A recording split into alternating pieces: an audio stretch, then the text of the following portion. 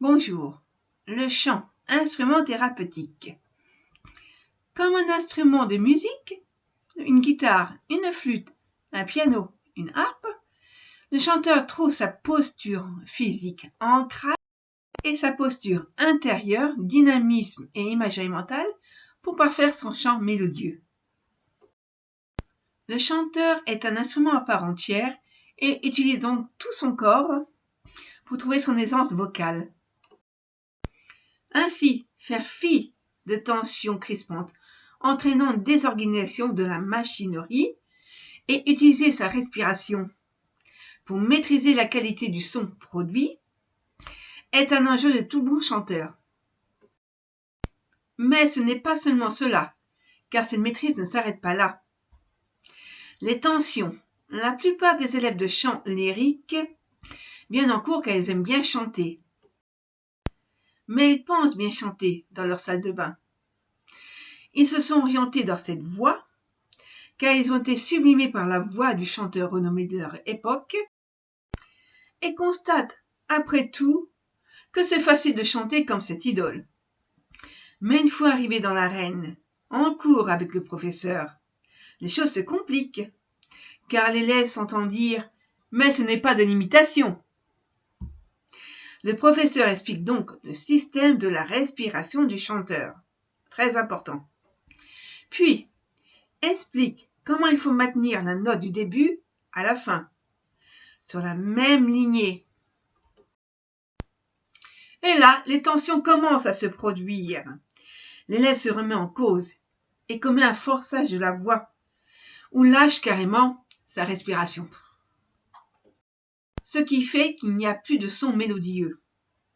Et cela peut durer des années à comprendre les expressions comme voix de tête, registre médium, ne pas chanter dans la gorge. Il faut enlever les mauvaises tensions. En fait, ce qui pose problème au chanteur lyrique, c'est de savoir comment projeter sa voix à tel type de phrase musicale. Une fois que ce système est compris, la respiration avec l'emploi des nuances mélodiques fait son reste avec les émotions de l'interprète. À ce moment, c'est ce plaisir de chanter qui contribue à apporter le dynamisme du chanteur. Et le chanteur devient alors un dieu ou une déesse de l'art lyrique. J'ai constaté de par moi-même que lorsqu'il fallait commencer à chanter, il faut préparer sa respiration intérieure et relever la tête plus haute lorsqu'il faut chanter dans les mesures assez hautes. Un bel exemple avec mesdames Cecilia Bartoli et Edita Gruberova. Et l'ouverture de la bouche est maintenue pour la sonorité de la note. Le chant, instrument thérapeutique. L'entente parfaite de la musique et du cerveau. La magie apparaît dès que l'on entend de la musique, que l'on apprécie évidemment, et viennent s'activer les zones du cerveau. Ainsi, le son arrive à nos oreilles et se transmet à la partie cérébrale et au cervelet. Puis le cortex auditif de chaque côté s'actionne. Entendre la musique motive la notion de créativité, de rêverie, de sentiment. Et faire de la musique motive la notion de mise en pratique, comme compter les rythmes, anticiper la respiration, position de la projection du chant. Et tout cela actionne le cerveau droit et le cerveau gauche, tout en restaurant une bonne hygiène de vie par la respiration. Le chant produit des endorphines, hormones sécrétées par le cerveau et favorise la relaxation. Et des encéphalines, donc ce sont des hormones qui diminuent le stress et la douleur. Et par l'effet d'émettre des sons, ces vibrations internes stimulent le système immunitaire qui produisent des qualités d'empathie et de sociabilité. Créer sa bulle.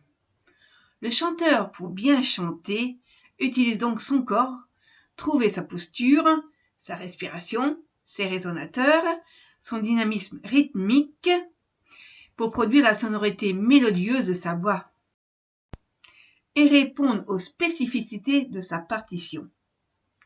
Donc, tout le corps est stimulé par la vibration intérieure de la voix. Tout chanteur doit savoir que lorsqu'il chante, le son produit interagit avec le corps. Un exemple, si on n'est pas sûr de la position de la phonation, le résultat est catastrophique. Mais si nous mettons du sens à ce que nous chantons, alors les mots, les sons mélodiques sortent et le vibrato excelle. Le chanteur crée sa propre bulle en émettant des ondes électromagnétiques, car le corps transforme ces ondes sonores en ondes lumineuses. En conclusion, comprendre sa façon de chanter, c'est trouver sa cohérence électromagnétique, c'est-à-dire trouver l'alignement d'équilibre lors des vibrations internes, puis de l'émission des sons.